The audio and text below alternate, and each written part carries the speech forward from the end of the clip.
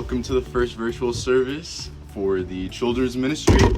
I miss you all. It's been a long time. I hope everyone's doing all right. In case you don't know me, I'm Willie, and I'm coming to you from my pool because I love the pool, and I've been hanging out here. I hope everybody is staying safe right now, and I know you guys are probably really sad because you can't see your friends and you're stuck at home and it can be boring.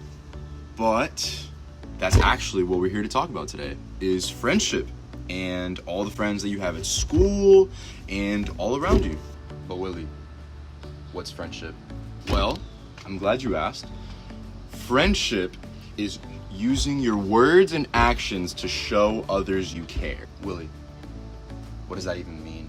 Well, what that means is that you have your friends back all the time and that you love them all the time whenever they might need you. I wonder where it talks about that in the Bible. Well, it actually says that in Proverbs 17:17, where it says, "A friend loves at all times. They are there to help when trouble comes." In today's story, we're going to be talking about what makes a friend and how to choose your friends. So, listen up. Maybe I'll learn how to make a friend. Whoa, dude. I love your hat. Thanks, bro. I like yours too. You want to be friends? See how easy that was? Today's video will help you learn all about what friendship's about. So pay attention. The Bible. It's 66 books of history, stories, letters, and poetry that fit together to form God's one big story. The epic adventure of how He created us and loves us so much that He made a way to rescue us.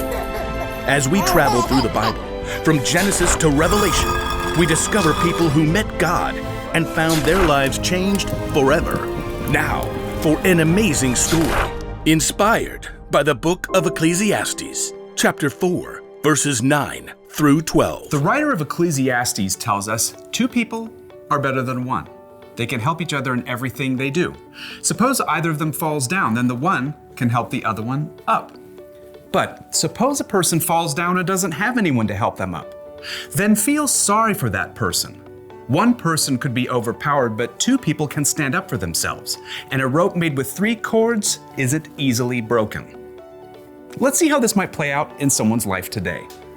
Jackson slid into the small school theater and took a seat in the back row and waited for Mr. Ray, the music and arts teacher.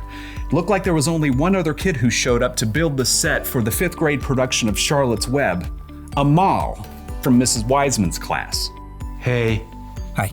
The 2 boys sat there in awkward silence until Mr. Ray showed up. Ah, my set team. Fantastic. You guys know each other? Kinda. Different classes. Well, you're gonna get to spend a lot of time together in the next 2 weeks as we build this set and get it painted. You guys got any experience with power tools? Jackson could see Amal shift nervously in his seat. No, I don't want to go on stage. Miss Wiseman said I could do this instead. Don't worry, I'll teach you what you need to know. How about you, Jackson? I'm pretty good with a hammer, and I didn't want to wear some silly animal costume. The 2 boys basically ignored each other as Mr. Ray showed them how to measure each piece of lumber for him to cut, and then he helped them lay out the pieces in a large frame. Now, this'll be one of the wall flats for the backdrop. We'll paint it as part of the barn. Amal, you want a hammer in these nails? I guess. I'll hold it more like this. Don't worry, you'll get it. I'll do this side. Jackson nailed together the entire flat while Amal still struggled with one corner. What a klutz. But it was a different story the next day when they started to paint. This flat is part of our barn wall. I want you guys to paint a couple of chickens right there. Amal grabbed a brush right away. Oh, do you want them to look like real chickens or like cartoons? Just give them your own personal spin. Amal got to work right away, creating an entire palette of colors while Jackson was still trying to figure out which brush to pick. Now, I've got to run down to the art room. Amal, why don't you show Jackson how to get started? I don't really... Mr. Ray smiled at them both. He needs a hand. I think you guys will make a great team. Mr. Ray hurried out. Jackson and Amal avoided each other's eyes. Well, I'll sketch an outline for the chickens. What do we do? Just, fill it in.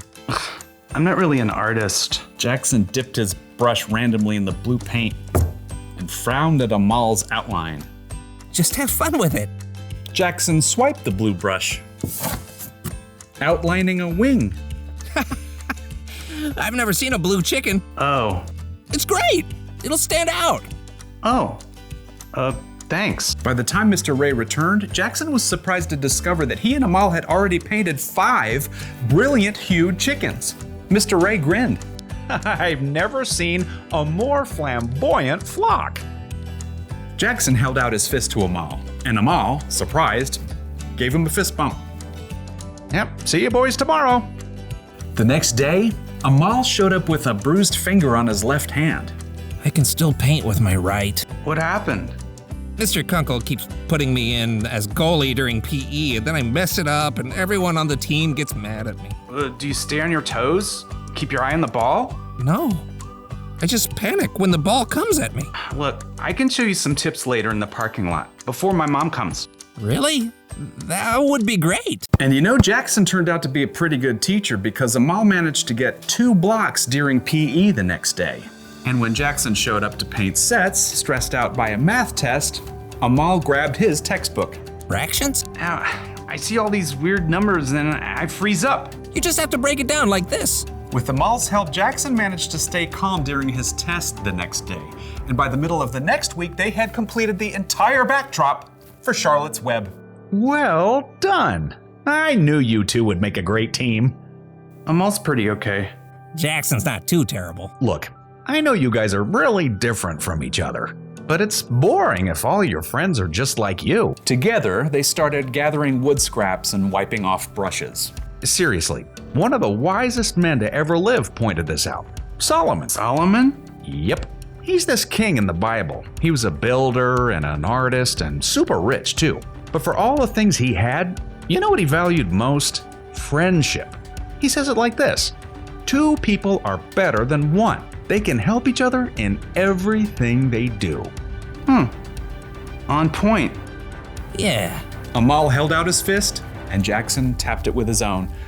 Maybe Solomon and Mr. Ray were onto something.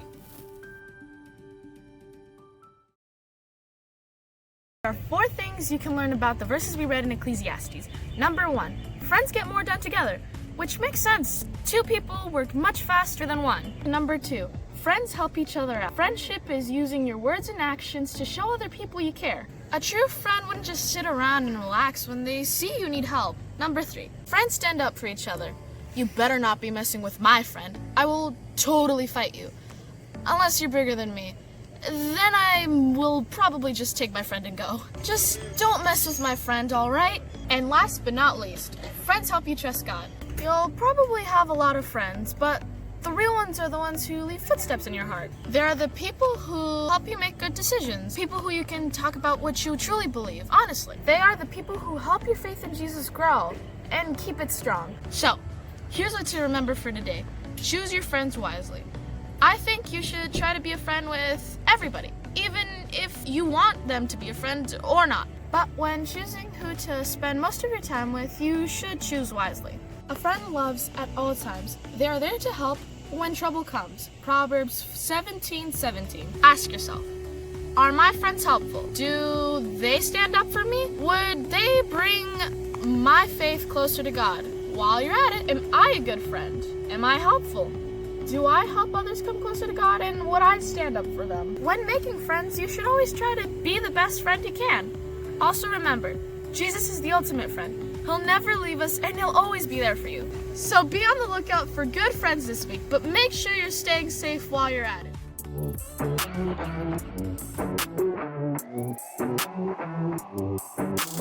Jesus, you have been so faithful. Jesus, you have been so true. I will be forever thankful, 'cause I never had a friend like you. Help me to be who you've been to me, to everyone I see. Let us love one another with a love like no other yet. That's the way you love us, God. Never turn away, you are with us every day, yeah. That's the way you love us, God. Your love has always been beginning to end. There's never been a better friend. So let us love one another with our love like no other yet.